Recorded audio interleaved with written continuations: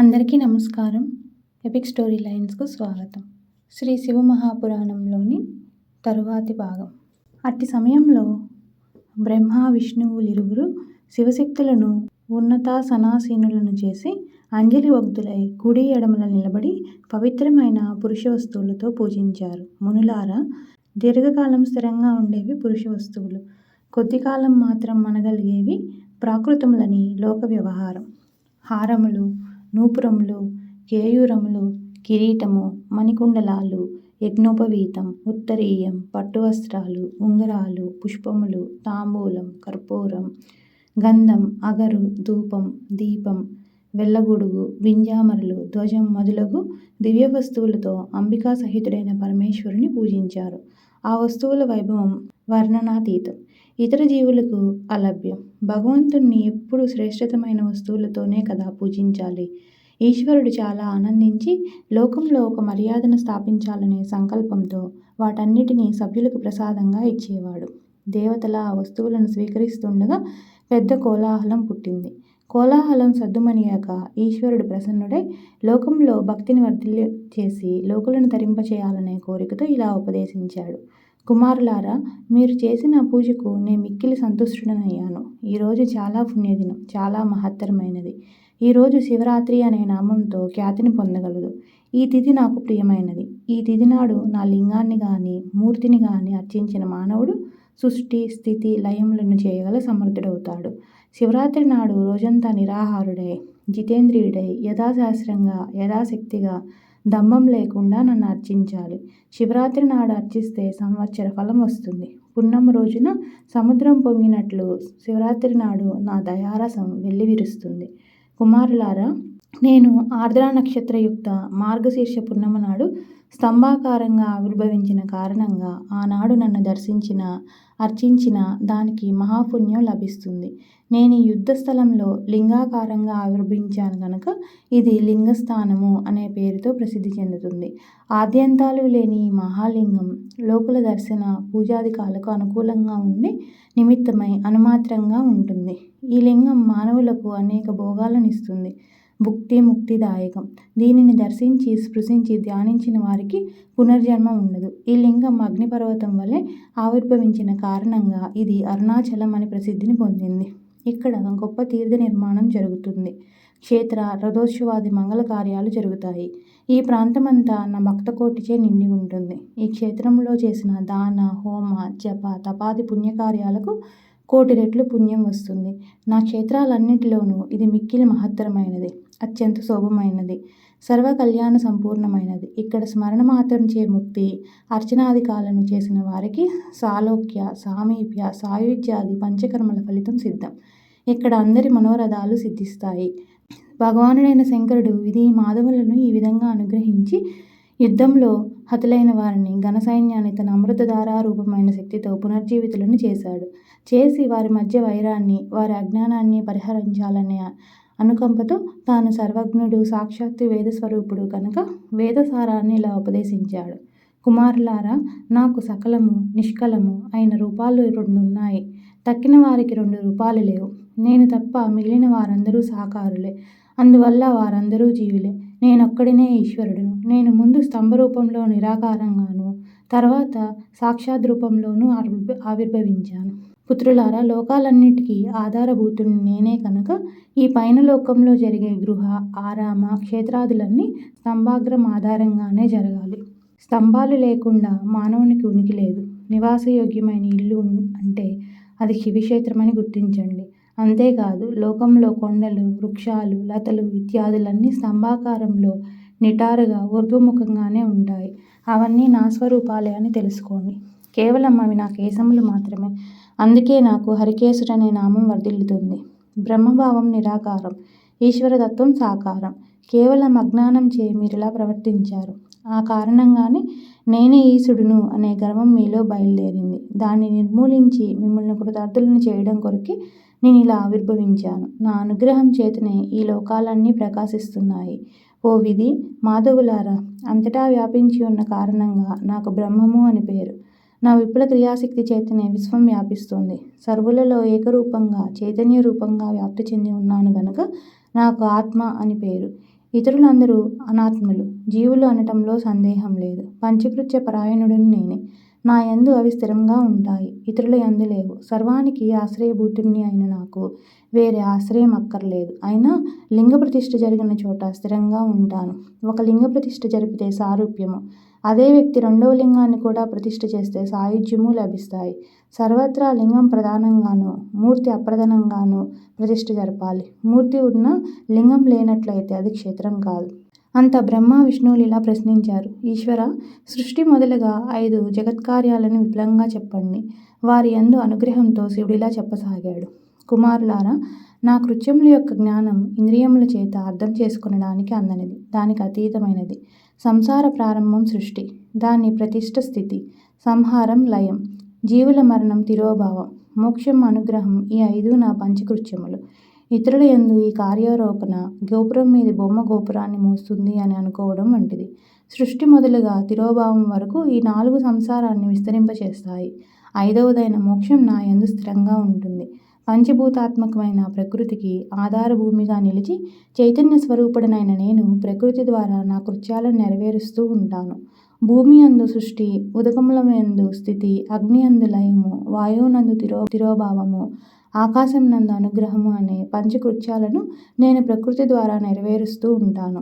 ఈ అనంత విశ్వంలో పంచభూతములు మినహా 6వ భూతం లేదు. దీనిని జ్ఞానులు మాత్రమే గ్రహించగలరు. ప్రకృతి అనే తెర వెనుక ఏముందో అజ్ఞానులు గ్రహించలేరు. భూమి సర్వస్వమును సృష్టిస్తుంది, జలం వర్ధిల్ల చేస్తుంది, అగ్ని దహిస్తుంది, వాయువు ప్రాణాలను తీసుకొని పోతుంది, ఆకాశం అనుగ్రహ స్వరూపం. ప్రపంచ భవిష్యత్తు, జీవుల సుఖదుఖాలు ఖగోళం మీద ఆధారపడి ఉందనే విషయాన్ని పండితులు మాత్రమే గ్రహించగలరు. నా ముఖ పంచకం చేత ఈ పంచకృత్యాలను నెరవేరుస్తూ ఉంటాను. 4 దిక్కులలో 4 ముఖాలు, వాటి మధ్యలో 5వ ముఖం ఉంది. కుమారులారా, మీ తపస్సుకు సంప్రీతుడనైన నేను సృష్టి స్థితులనే కార్యద్వయాన్ని మీకు అనుగ్రహించాను. అది మీ భాగ్య విశేషం. తరువాత కార్యద్వయాన్ని రుద్రమహేషులు మీరాగే నిర్వర్తిస్తున్నారు. అనుగ్రహమైన 5వ కృత్యం నేను తప్ప ఇతరులు పొందుటకు అనర్హులు. ఈ పూర్వ వృత్తాంతాన్ని మీరు మరిచారు, రుద్రమహేషులు విస్మరించలేదు.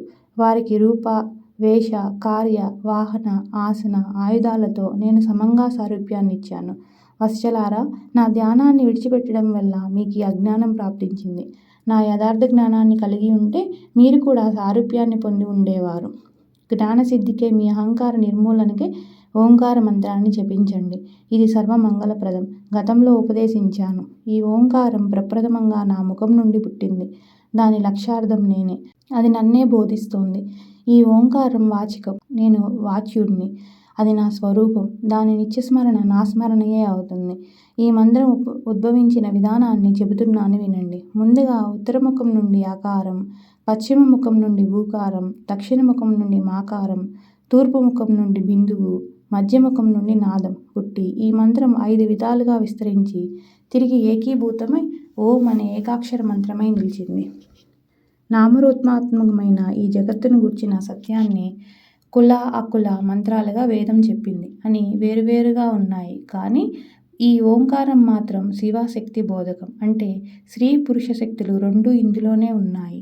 ఈ ఓంకారం నుండి అకారాది వరుస మరియు నకారాది వరుసలో పంచాక్షరీ మంత్రం పుట్టింది. ఇది సగుణుడు, సాకారుడు అయిన భగవానుని బోధిస్తుంది.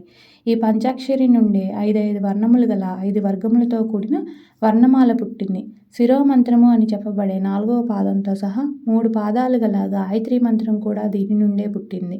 దాని నుండి సమస్త వేదములు, వేదాల నుండి కోట్లాది మంత్రాలు పుట్టాయి. ఆయా మంత్రాల వలన అంతమాత్రపు సిద్ధి. ఈ ఓంకారోపాసన వలన సర్వసిద్ధులు లభిస్తాయి. తుదకు మోక్షం కలుగుతుంది. ఇంతవరకు ఉపదేశించి శివుడు నందికేశ్వరుని వైపు చూశాడు. శివాజ్ఞను ఎరిగిన నందీశ్వరుడు బ్రహ్మ విష్ణువులను ఉత్తరముఖంగా ఆసీనులను చేసి వారి శిరస్సులపై తన హస్తపద్మాన్నుంచి తిరిగి ఆ మహామంత్రాన్ని ఉపదేశించాడు. వారిద్దరూ ఆ మంత్రాన్ని 3 సార్లు ఉచ్చరించి యంత్రతంత్రపూర్వకంగా గ్రహించి గురుదక్షిణగా తామే ఆత్మసమర్పణ చేసుకున్నారు. అనంతరం చేతులను జోడించి జగద్గురు అయిన మహాదేవుని స్తుతించారు. శంకర, నిరాకారుడైన నీకు నమస్కారం. తేజోరూపుడు అయిన నీకు నమస్కారం. సాకారుడు అయిన నీకు నమస్కారం. ఓంకార వ్యాచుడు అయిన నీకు నమస్కారం. ఓంకారం నీకు చిహ్నం. సృష్ట్యాది పంచకృత్యములను ఆచరించు 5 ముఖములు గల నీకు నమస్కారం. పంచకృత్యములను చేయగల పంచబ్రహ్మ స్వరూపుడు అయిన నీకు నమస్కారం. ఆత్మరూపుడు, పరబ్రహ్మ స్వరూపుడు, అనంత కళ్యాణ గుణశక్తియుతుడైన నీకు నమస్కారం. సాకార, నిరాకార రూపుడైన శివగురువునకు నమస్కారం. ఈ విధంగా బ్రహ్మ విష్ణువులిరువురు మంత్రాలతో గురువైన శంకరుణ్ణి స్తుతించారు.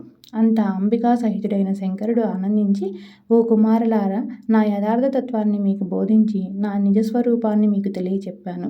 దేవీ కృప వలన లభించిన నా ఆత్మస్వరూపమైన ప్రణవ మంత్రాన్ని జపించండి. దీనివలన సుస్థిరమైన జ్ఞానం, శాశ్వతమైన భోగభాగ్యాలు లభిస్తాయి.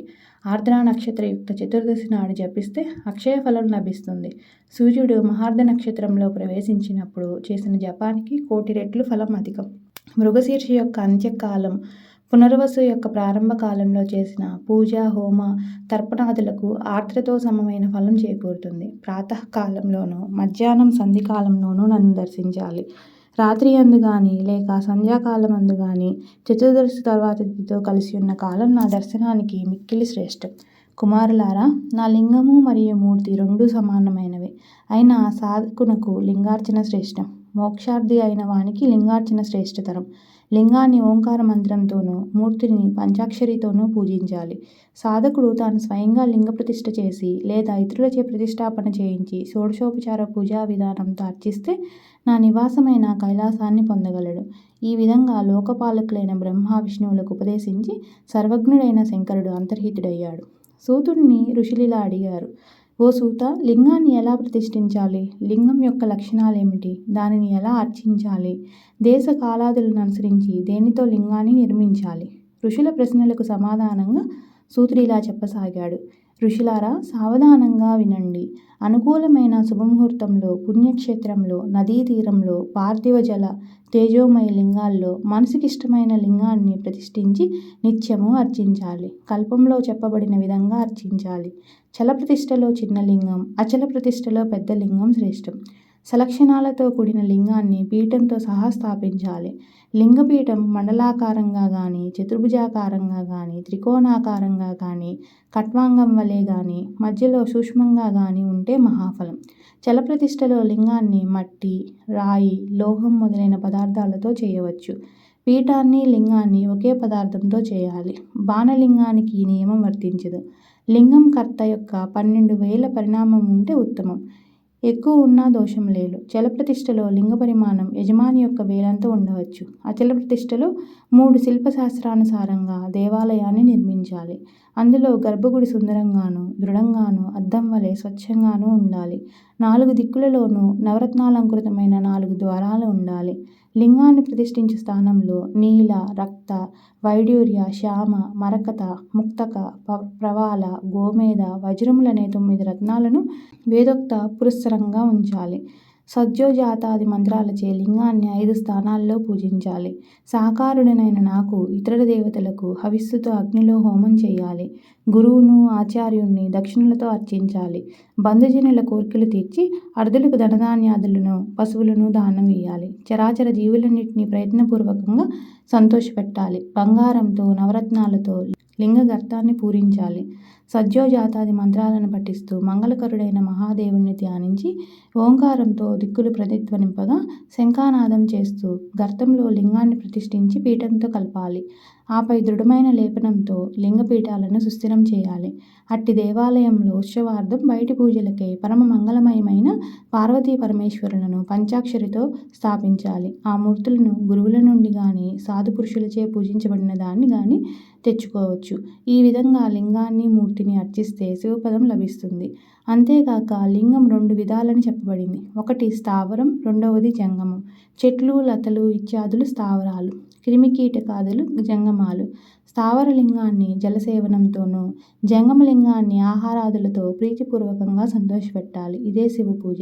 సర్వత్రా పీఠం దేవి స్వరూపం, లింగం చిన్మయ స్వరూపం. ఏ విధంగా శంకరుడు ఉమాదేవిని ఎల్లప్పుడూ తన అంకపీఠంపై అధివసింప చేసుకుని ఉంటాడో ఆ విధంగానే లింగపీఠాన్ని ధరించి ఉంటుంది. ఈ విధంగా మహాలింగాన్ని స్థాపించి ఉపచారాదులతో పూజించి ధ్వజారోహణాది ఉత్సవాలను జరిపించాలి. మానవుడు అచల ప్రతిష్ఠ వలన శివధామాన్ని, చల ప్రతిష్ఠ వలన శివపదాన్ని పొందుతాడు. లింగాన్ని షోడశోపచార పూజా విధానంతో అర్చించాలి. అంటే 1 ఆవాహన, 2 ఆసనం, 3 అర్ఘ్యం, 4 పాద్యం, 5 ఆచమనం, 6 అభ్యంగనం, 7 వస్త్రం, 8 గంధం, 9 పుష్పం, 10 ధూపం, 11 దీపం, 12 నైవేద్యం, 13 నీరాజనం, 14 తాంబూలం, 15 నమస్కారం, 16 ఉద్వాసన. ఇవి షోడశోపచారాలు. వీటిని యథాశక్తి ఆచరించాలి. కనీసం అభిషేకం, నైవేద్యం, నమస్కార తర్పణాలను యథాశక్తి చేసిన వారికి శివపదం లభిస్తుంది. దేవతలచే, ఋషులచే లేదా ఇతర మానవులచే లేదా స్వయం వ్యక్తమైన లేదా సాధకుడు తాను ప్రతిష్ఠించిన నూతన లింగాన్ని యథావిధిగా అర్చించిన లేదా పూజా ద్రవ్యాలను దానమిచ్చిన మరణానంతరం కైలాసధామాన్ని చేరుకుంటాడు. కనీసం శివాలయానికి వెళ్ళి ప్రదక్షిణ నమస్కారాదులను చేసిన, ప్రతినిత్యం లింగ దర్శనం చేసిన శివ సాయుధ్యం లభిస్తుంది. మట్టి, పిండి, గోమయం, పుష్పములు, గన్నేరు పువ్వులు, ఫలాలు, బెల్లం, వెన్న, విభూతి, అన్నం ఈ మొదలైన వాటిలో తనకు మనసుకు నచ్చిన వస్తువుతో లింగాన్ని చేసి యథావిధిగా శక్తి మేరకు అర్చించాలి. లింగ పరిమాణం విషయంలో నిషేధమేమీ లేదు. దేన్నైనా లింగ భావనతో పూజించవచ్చు. సాధకుని శ్రమకు తగిన ఫలాన్ని ఇచ్చేవాడు శంకరుడే కదా. లింగాన్ని, లింగం యొక్క వెలను గాని శ్రద్ధాభక్తులతో శివభక్తునికి సమర్పిస్తే శివపదం లభిస్తుంది. నిత్యము ఓంకారాన్ని 10,000 జపించిన లేదా ఉభయ సంధ్యల యందు 1000 చొప్పున జపించిన ఆ భక్తుడు శివ సాయుధ్యాన్ని పొందుతాడు. ఓంకారాన్ని దీర్ఘ మకారాంతంగా జపిస్తే మనశుద్ధి కలుగుతుంది. సమాధి స్థితిలో మానసికంగానూ ఇతర కాలాల్లో ఇతరులకు వినపడని విధంగానూ చేయాలి. బిందువు నాదములతో కూడిన ఓంకార సమాన ప్రణవం. పంచాక్షరిని నిత్యము 10,000 లేదా ఉభయ సంధ్యల యందు 1000 చొప్పున జపిస్తే శివపదం లభిస్తుంది. గాయత్రి యందు అధికారం గలవారు పంచాక్షరిని ఆదియందు ఓంకారంతో కలిపి జపిస్తే శ్రేష్టం. మంత్రాన్ని ఎప్పుడు గురువు నుండి దీక్షాపూర్వకంగా స్వీకరిస్తేనే సిద్ధి. సత్యముచే పవిత్రమైన అంతఃకరణ గలవాడు, జ్ఞాని అయిన వాడు మాత్రమే గురువు. పంచాక్షరిని గాయత్రి మంత్రాధికారులు నమఃపూర్వకంగాను అంటే నమః శివాయ, ఇతరులు నమః అంతముగాను అంటే శివాయ నమః జపించాలి. స్త్రీలు కూడా నమః అంతముగా జపించాలి. బ్రహ్మజ్ఞానులైన స్త్రీలు నమః పూర్వకంగా జపించాలి. 5 కోట్లు జపించిన వారెవరైనా శివునిలో ఐక్యమవుతారు. 1, 2, 3, 4 కోట్లు జపిస్తే క్రమంగా బ్రహ్మ, విష్ణు, రుద్ర, మహేష లోకాలను పొందుతారు. ఒక అక్షరాన్ని వేరువేరుగా అక్షర లక్షలు అంటే 5 లక్షలు లేదా మంత్రాన్ని అక్షర లక్షలు అంటే 25 లక్షలు జపిస్తే కైలాస సిద్ధి కలుగుతుంది. అనంతకోటి మంత్రాలున్నాయి. ఒక అక్షరం మొదలుగా 9,999 అక్షరాలు గల మంత్రాలు ఉన్నాయి. ఒకే అక్షరం గల మంత్రాలను 1 కోటి జపం చేయాలి. శివాలయంలో పూల తోటలను పెంచిన, ఆలయాన్ని తుడిచి కడిగి శుభ్రం చేసిన శివుడు ప్రసన్నుడవుతాడు. శివాలయం లేని చోట పండితుడు నివాసముండరాదు. మానవ ప్రతిష్ఠితమైతే లింగం నుండి 100 బారుల దూరం వరకు, ఋషి లేదా దేవతా ప్రతిష్ఠిత క్షేత్రంలో 1000 మూరల వరకు, స్వయంభూ క్షేత్రంలో 1000 ధనస్సుల దూరం వరకు పవిత్ర భూమి అని జ్ఞానుల మాట. గ్రామంలో గల బావులలోని నీరు పానయోగ్యం కాకపోయినా ఆ గ్రామంలో గల శివాలయంలోని బావి నీరు మధురంగా ఉంటుంది. అదే పవిత్ర భూమి అనే మాటకు సాక్ష్యం. మానవుని మరణానంతరం దహనం మొదలుగా ఇతర కర్మలను శివక్షేత్రంలో చేస్తే ఆ జీవుడు ముక్తుడవుతాడు. కోరికలతో శివార్చన చేస్తే వెంటనే ఫలం లభిస్తుంది. నిష్కామంగా చేస్తే జ్ఞానమే దాని లబ్ధి. మహామహిమోపేతమైన శివక్షేత్రంలో 7, 5 లేక 3 కనీసం 1 రాత్రి నివసిస్తే శివానుగ్రహం తప్పక లభిస్తుంది. ఉదయం, మధ్యాహ్నం, సాయంకాలం అని దినం 3 భాగాలుగా ఉంది. ఉదయం నిత్యకర్మలకు, మధ్యాహ్నం కామ్యకర్మలకు, సాయంకాలం శాంతి కర్మలకు తగిన కాలం. రాత్రి యందు కూడా ఇలాంటి విభాగమే ఉంది. రాత్రి మధ్య భాగానికి నిషీధమని పేరు. ఆ కాలంలో శివపూజ చేస్తే విశేష ఫలం. కలియుగంలో విశేషించి కర్మచేత ఫలసిద్ధి. మానవుడు ధార్మిక ప్రవృత్తి, పాపభీతి కలిగి యథాశక్తి పైన చెప్పిన వాటిలో ఏదైనా ఒక దానిని ఆచరిస్తే ఫలం అనంతంగా ఉంటుంది. ఇంతవరకు శ్రద్ధతో విన్న ఋషులు ప్రీతచేతస్కులై సూతునిలా అడిగారు: ఓ సూత, నీవు యోగులలో శ్రేష్ఠుడు. మాకు పుణ్యక్షేత్రాల గురించి సంగ్రహంగా చెప్పు. శివక్షేత్రాలను గూర్చి, శివాగమాలను గూర్చి కూడా వివరించు. మానవులందరూ వాటిని దర్శించి సేవించి ధన్యులవుతారు. ఓం నమః శివాయ. తరువాయి భాగాన్ని మరలా చెప్పుకుందాం.